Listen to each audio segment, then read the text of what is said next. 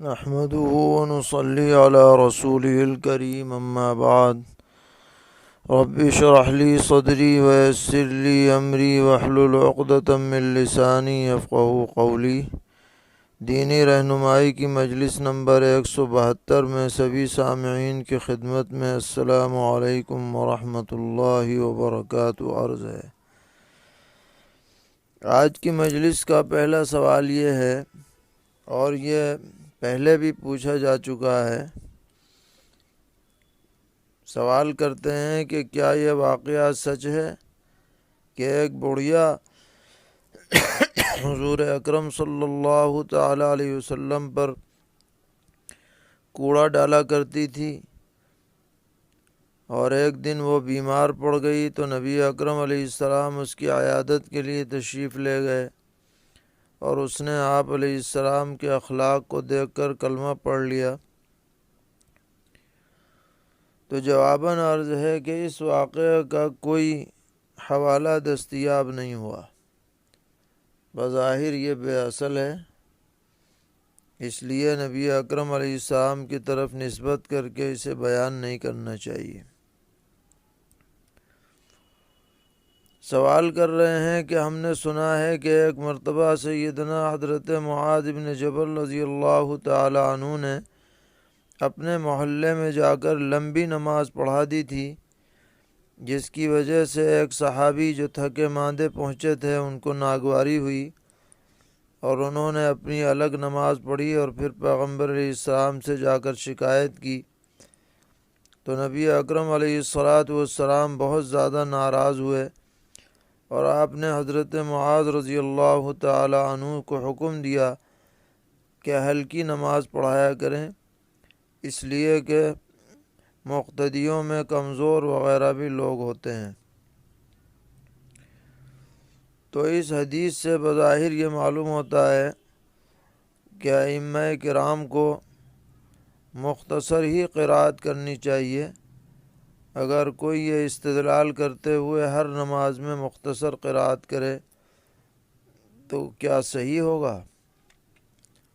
جواباً عرض ہے کہ یہ روایت تو صحیح ہے، واقعہ بھی درست ہے، لیکن اس کا مطلب یہ نہیں ہے کہ مسنون قرأت کی رعایت نہ رکھی جائے، بلکہ حدیث کا مفہوم یہ ہے کہ مسنون سے زائد نہ پڑھاؤ جو لوگوں پر گراں گزرے۔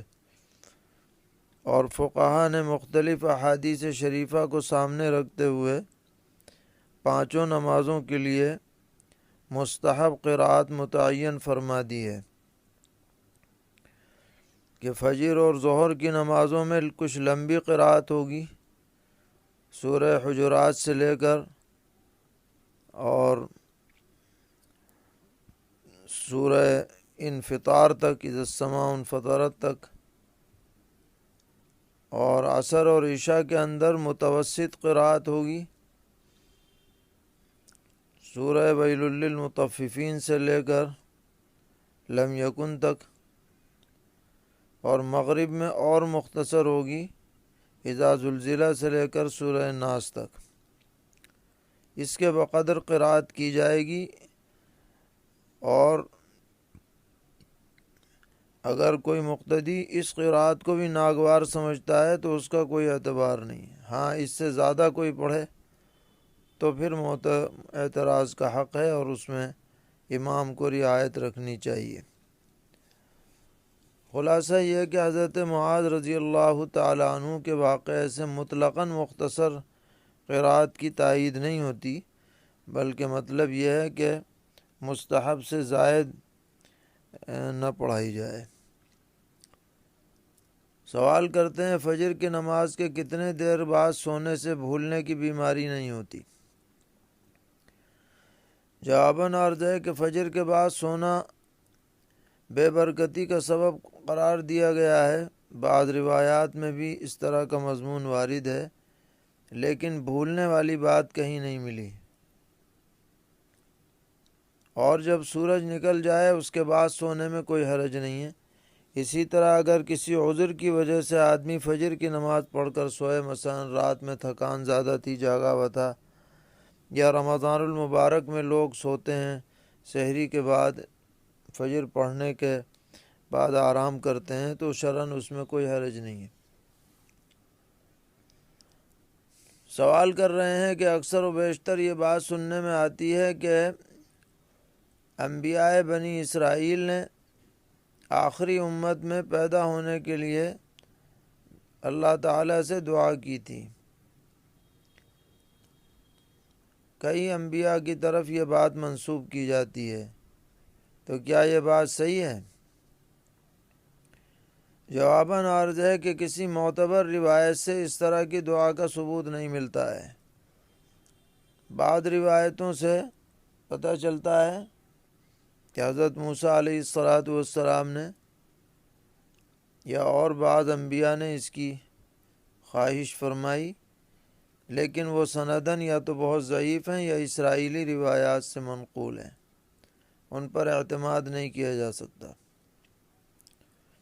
سوال کرتے ہیں کیا حضرت دانیال علیہ السلام نے اللہ تعالیٰ سے یہ دعا کی تھی کہ امت محمدیہ انہیں دفن کرے، اور پھر بعد میں حضرت ابو موسیٰ اشعری رضی اللہ تعالی عنہ نے امیر المومنین خلیفہ دوم سیدنا حضرت عمر فاروق رضی اللہ عنہ کے حکم سے ان کی تدفین کی؟ کیا یہ واقعہ درست ہے؟ جواباً عرض ہے کہ علامہ ابن کثیر رحمۃ اللہ علیہ نے البدایہ والنہایہ میں اس بات کو نقل فرمایا ہے کہ تستر کے علاقے کو فتح کرتے وقت سیدنا حضرت ابو موسیٰ اشعری رضی اللہ تعالی عنہ کے سامنے ایک تابوت لایا گیا جس میں ایک نعش تھی، اور وہ بالکل ایسا لگ رہا تھا جیسے تر و تازہ ہو، اور جو اس تابوت کو لے کر کے آیا تھا یا جس نے اس کی رہنمائی کی تھی اس شخص کا نام تھا حرقوس۔ تو حضرت ابو موسیٰ اشعری رضی اللہ عنہ نے اس واقعے کی اطلاع حضرت فاروق اعظم رضی اللہ تعالی عنہ کو دی، تو آپ نے جواب دیا کہ ان کو دفن کر دیا جائے وہیں پر، اور جس نے ان کے تابوت کے بارے میں اطلاع دی ہے اس کو میرے پاس بھیجا جائے، کیونکہ پیغمبر علیہ السلام نے اس کے لیے جنت کی بشارت دی ہے۔ یہ واقعہ البدایہ والنہایہ میں لکھا ہوا ہے، جو تاریخ کی کتاب ہے، اور اس پر یہ بھی ہے کہ یہ روایت مرسل ہے، اس لیے کہا جا سکتا ہے کہ یہ واقعہ بے اصل نہیں ہے، اور اسے اسی حوالے سے بیان بھی کیا جا سکتا ہے۔ پوچھتے ہیں مساجد کی جائیداد پر گنپتی کے جھنڈے لگانا کیسا ہے؟ مسجد کی گلی میں مسجد کے پیچھے غیر مسلم کی مورتی 10 دن کے لیے رکھی گئی ہے،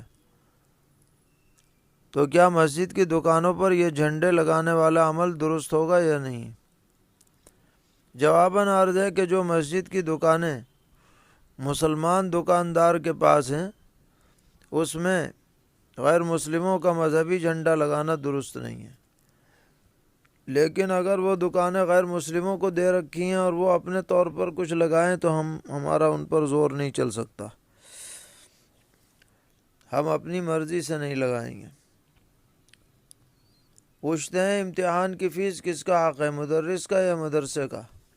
جواباً عرض ہے کہ یہ مدرسے کا حق ہے، پھر مدرسہ اپنے حساب سے اساتذہ کو کچھ عوض معاوضہ دے وہ الگ بات ہے، لیکن اصل مدرسے کا انتظامیہ کا حق ہے۔ پوچھتے ہیں نواقض وضو میں ایک ٹیک لگا کر سونے کی کیا حد ہے؟ کوئی شخص دونوں ہاتھ پیچھے کر کے سہارا لے کر یا ایک ہاتھ سائیڈ میں رکھ کر یا دونوں ہاتھ گھٹنوں پر باندھ کر سر لگا کر سو گیا تو کیا وضو ٹوٹ جائے گا؟ جواباً عرض ہے کہ اگر بہت زیادہ غفلت کی نیند ہے تو وضو ٹوٹنے کا حکم دیا جائے گا کہ اگر سہارا ہٹ جائے تو وہ گر جائے، اور احتیاط بھی اسی میں ہے۔ سوال کرتے ہیں مرد کا ضروری سطر کیا ہے؟ جواباً عرض ہے کہ مرد کو ناف کے نیچے سے اور گھٹنے تک، گھٹنا بھی اس میں داخل ہے، اس کو چھپانا ضروری ہے، مطلقاً ضروری ہے، نماز یا بے نماز ہر حالت میں۔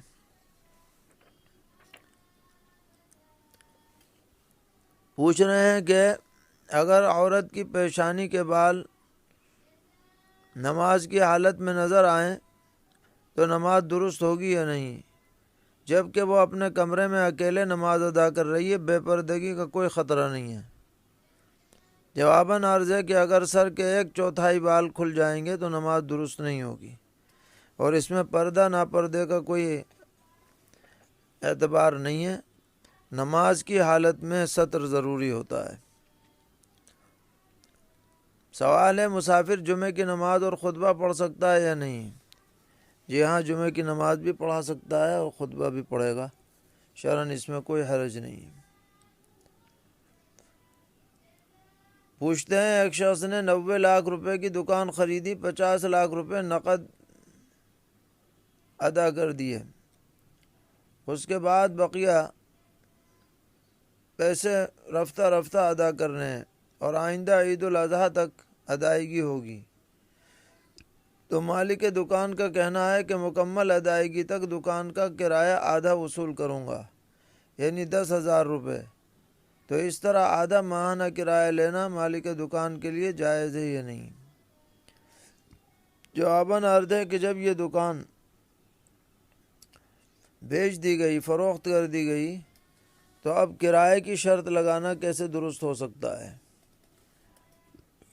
جب قبضے میں دیا جائے گا تو یہ مالک کے قبضے میں آ جائے گی، تو کرایہ کیوں دے گا وہ؟ سوال کرتے ہیں کہ چہرے کا پردہ ضروری ہے؟ اب جوان عورت ہے اور ہم سب جانتے ہیں کہ مسلمان ٹیچر عورت، مسلمان ڈاکٹر عورت ہونی بھی چاہیے۔ اگر ہماری عورتیں ڈاکٹر نہیں بنیں گی تو غیر مسلم ہی ہر طرف چھا جائیں گے، تو عورت کے لیے صبح سے شام تک اسپتال میں رہتے ہوئے چہرہ ڈھانپ کر رکھنا مشکل ہوتا ہے اور سانس لینے میں بھی دقت ہوتی ہے، تو کیا عورت صرف اسی وقت چہرے کا پردہ کر سکتی ہے جب وہ غیر محرم سے ملنے جائے؟ نیز یہ بھی بتائیں کہ کیا صرف آنکھوں کا پردہ ہوتا ہے؟ جواباً عرض ہے کہ اگر ضرورت ہو اور فتنے کا اندیشہ نہ ہو تو عورت صرف چہرہ کھول سکتی ہے، ہاں بلا ضرورت نہ کھولے، یا جہاں فتنے کا اندیشہ ہو وہاں بھی نہ کھولے۔ اور یہ کہنا کہ صرف آنکھوں کا پردہ ہے، یہ تعبیر صحیح نہیں ہے۔ پردہ پورے بدن کا ہوتا ہے، اور جو شریعت میں جو باتیں ملحوظ ہیں ان سب کو پیش نظر رکھا جائے گا، یہ کہہ کر کے بری نہیں ہو سکتے کہ صرف آنکھ کا پردہ ہے۔ سوال کر رہے ہیں، بہت سی جگہوں پر مسجد یا مدرسے میں ڈبہ ہوتا ہے جس میں لوگ اپنے پرانے قرآن، دینی کتابیں لا کر رکھ دیتے ہیں، اور بسا اوقات وہ چیزیں قبرستان وغیرہ میں دفن کر دی جاتی ہیں یا جلا دی جاتی ہیں، تو سوال یہ ہے کہ اگر کوئی شخص ان کتابوں کو استعمال کرنے کے لیے لے آئے تو یہ صحیح ہوگا یا نہیں؟ جواباً عرض ہے کہ ایسے مواقع پر جو لوگ لے جا کر رکھتے ہیں ان کی طرف سے دلالتاً اجازت ہوتی ہے کہ انہیں کوئی بھی استعمال کر سکتا ہے، اس لیے اگر کوئی شخص اپنے استعمال کے لیے لائے تو اس میں شرعاً کوئی حرج نہ ہوگا۔ ہاں، بہتر یہی ہے کہ اس کو کارآمد بنا دیا جائے تاکہ یہ دینی کتابیں ان کی بے ادبی نہ ہو۔ اللہ تعالی ہم سب کو دین پر استقامت عطا فرمائے، ہر طرح کے شرور سے محفوظ رکھیں۔ وصلی اللہ تعالی علی خیر خلقہ محمد وآلہ وصحبہ اجمعین برحمتک یا ارحم الراحمین۔